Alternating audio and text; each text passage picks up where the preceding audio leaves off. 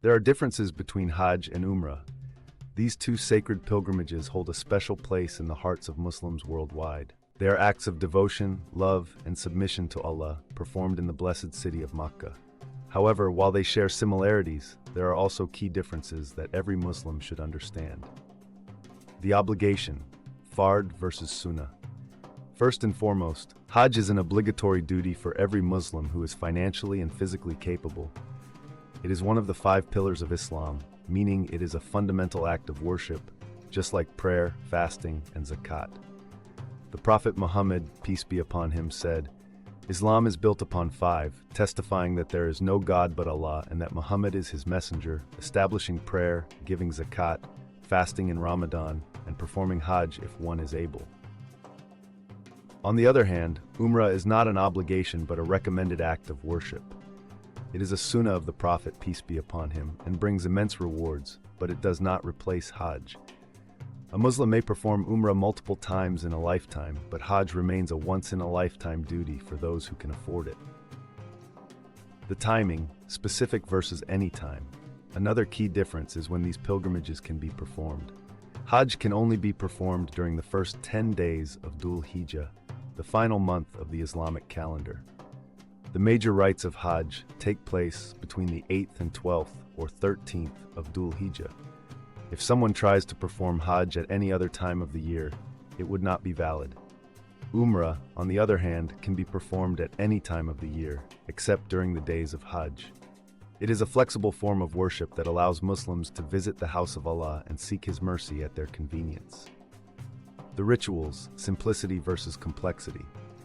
While both Hajj and Umrah involve some similar rituals, Hajj is far more comprehensive and demanding. Let's examine their steps. The rituals of Umrah, shorter pilgrimage. Ihram. The pilgrim enters a state of ritual purity by wearing 2 white sheets for men and modest clothing for women, declaring their intention for Umrah. 2. Tawaf. Circumambulating the Kaaba 7 times in a counterclockwise direction while supplicating to Allah. 3. Sa'i, walking 7 times between the hills of Safa and Marwa, remembering the struggle of Hajar, the wife of Prophet Ibrahim. 4. Tahallul, shaving or trimming the hair to complete the pilgrimage. These 4 steps complete the Umrah, which usually takes just a few hours to perform. Hajj is much more elaborate and includes additional rituals that last several days. 1. Ihram. The pilgrim makes the intention for Hajj and wears the sacred garments. 2. Tawaf, performing 7 rounds around the Kaaba, just like in Umrah. 3. Sa'i, walking between Safa and Marwa, similar to Umrah. 4. Day of Arafat. This is the most important day of Hajj. Pilgrims stand at Mount Arafat, supplicating and seeking forgiveness. The Prophet, peace be upon him, said, "Hajj is Arafat," meaning that without standing on Arafat, the Hajj is incomplete. 5. Muzdalifah. Pilgrims spend the night under the open sky in Muzdalifah, collecting pebbles for the next ritual. 6. Stoning the Jamarat. Pilgrims throw pebbles at 3 pillars in Mina, symbolizing the rejection of evil, just as Prophet Ibrahim, peace be upon him, did when the devil tried to mislead him. 7. Animal sacrifice. A sheep, goat, or other livestock is sacrificed in remembrance of Prophet Ibrahim's willingness to sacrifice his son for Allah's sake. 8. Tawaf al-Ifada, a final circumambulation of the Kaaba. 9.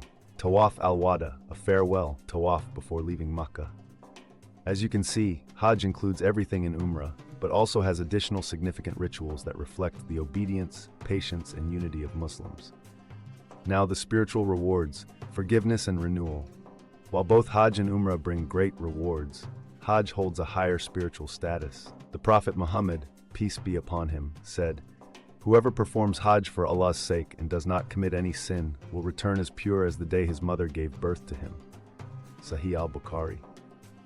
This means that a properly performed Hajj wipes away all past sins and gives the believer a fresh start.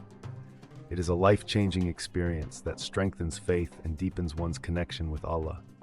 Umrah, though not as weighty as Hajj, is still immensely rewarding. The Prophet, peace be upon him, said, "One Umrah to another is an expiation for sins committed between them, and Hajj Mabrur, accepted Hajj, has no reward except paradise." Sahih al-Bukhari. Thus, Umrah acts as a spiritual cleanser that helps believers maintain their faith and seek Allah's forgiveness. In conclusion, Hajj and Umrah are both profound acts of worship that bring Muslims closer to Allah. Hajj is an obligatory, annual pilgrimage with more extensive rituals, while Umrah is a shorter, voluntary act of devotion that can be performed anytime. Both journeys teach us patience, humility, and submission to Allah's will.